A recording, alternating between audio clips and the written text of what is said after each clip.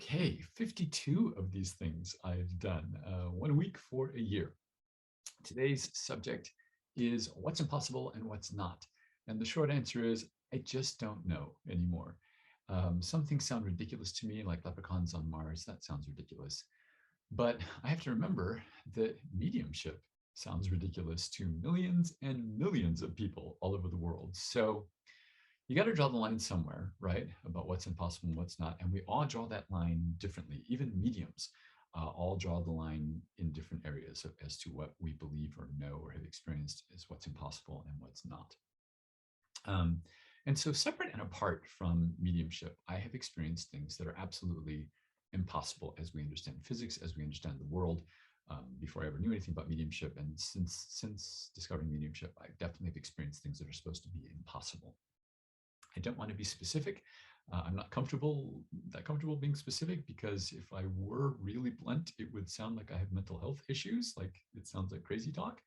But I have to say about that, especially if I do talk about things someday, that people who actually have mental health issues tend not to do relationships well. They either have amazing jobs, but marriage after marriage after marriage, or they have a continuous personal relationship, but have job after job after job that they can't hold, or both work and personal life suffer. And I've had the same job, difficult job, for more than 13 years, and I've been in the same continuous relationship with the same person for more than 20 years. So I function well in society.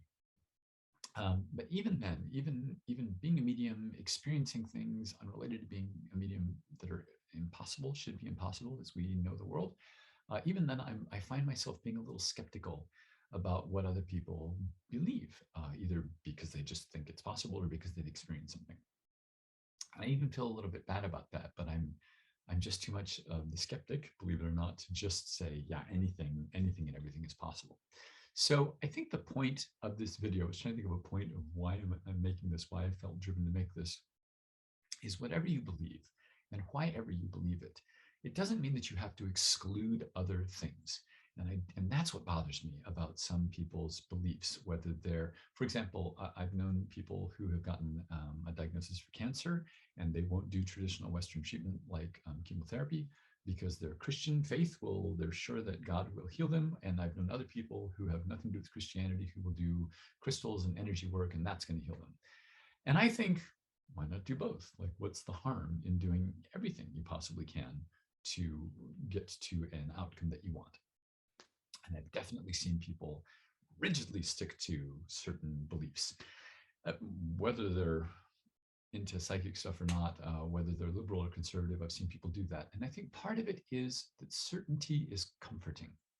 And I think that's why extreme religions are popular all over the world.